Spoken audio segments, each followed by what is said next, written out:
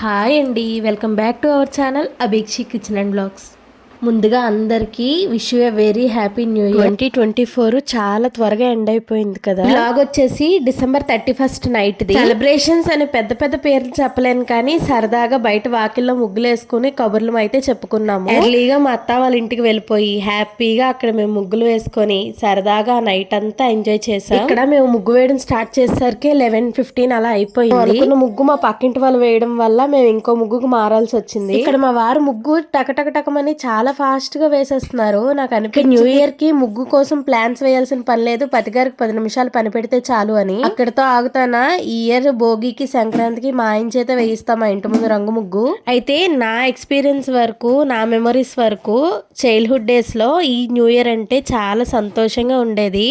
నా childhood days లోని new year తో ఉన్న ఎక్స్పీరియన్స్ మీతో షేర్ చేస్తాను. న్యూ ఇయర్ కి 1 వీక్ బిఫోర్ వెళ్ళి హ్యాపీగా గ్రీటింగ్స్ కొనేసుకునే వాళ్ళం. టీచర్స్ కి ఓపెన్ గ్రీటింగ్ కార్డ్స్, అదే ఫ్రెండ్స్ కి అయితే నీకు నచ్చిన హీరో హీరోయిన్ గ్రీటింగ్ కార్డ్ నేను వేస్తాను, అలానే నాకు నచ్చిన హీరో హీరోయిన్ గ్రీటింగ్ కార్డ్ నువ్వు వెయ్యు అన్నట్టు ఓ దగ్గర రాసేసుకునే వాళ్ళం. ఏదో పెద్ద ఉద్యోగానికి మేము లెటర్ రాస్తున్నట్టు గ్రీటింగ్ కార్డ్ వెనకాతల టు ఫ్రమ్ అని రాసుకునే వాళ్ళం. ఒక కవర్ లో గ్రీటింగ్ కార్డ్స్, ఒక కవర్ లో చాక్లెట్స్, సైడ్ కు చిన్న హ్యాండ్ బ్యాగ్ వేసుకునే వాళ్ళం. వాళ్ళు ఇచ్చిన గ్రీటింగ్ కార్డ్స్ మేము ఇవ్వాల్సిన గ్రీటింగ్ కార్డ్స్ లో కలిసిపోకుండా ఉండడానికి హ్యాండ్ బ్యాగ్ లో వాళ్ళు ఇచ్చినవి మేము పెట్టుకునే వాళ్ళం. న్యూ ఇయర్ రోజంతా మేము కలెక్ట్ చేసిన కార్డ్స్ అన్ని ఇంటికి వచ్చి 10 సార్లు చూసుకునే వాళ్ళం. లగ్న మూవీలో ఆమని గారు డబ్బులు పక్కన పెట్టుకుని పడుకున్నట్టు మేము ఆ గ్రీటింగ్ కార్డ్స్ పెట్టుకుని రాత్రంతా మురిసిపోతూ పడుకుని పోయే వాళ్ళం. January 2 స్కూల్ కి వెళ్ళగానే ఇవే ముచ్చట్లు పెట్టుకునే వాళ్ళం.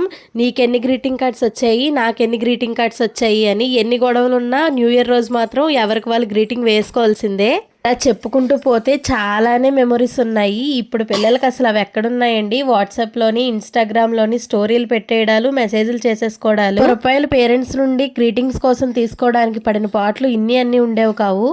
అన్నట్టు చెప్పడం మర్చిపోయాను. ముగ్గు వేయడం అయిపోగానే చుట్టుకొని సందులన్నీ తిరుగుతూ ముగ్గులకు మార్కులు కూడా ఇచ్చేవాళ్ళు. ఇక్కడ మా ముగ్గు అవుట్పుట్ చూసారా ఎంత బాగా. మొత్తానికి మా ఆయన మా అత్త కలిపి కష్టపడి ముగ్గేస్తే మేము ఇష్టపడి రంగులు కొట్టేసాం. ఇంతకీ మా ముగ్గుకు మీరు ఎన్ని మార్కులు వేస్తారు? ఇలాంటి మెమరబుల్ మూమెంట్స్ మీకు ఏమైనా ఉన్నాయా? మీరు గ్రీటింగ్ కార్డ్ ఇచ్చి విష్ చేసిన మీ బెస్ట్ ఫ్రెండ్ నేమ్ ఏంటో మీకు గుర్తుందా? గుర్తుంటే కామెంట్ సెక్షన్ లో కామెంట్ చేయండి. Subscribe to our channel. Bye bye.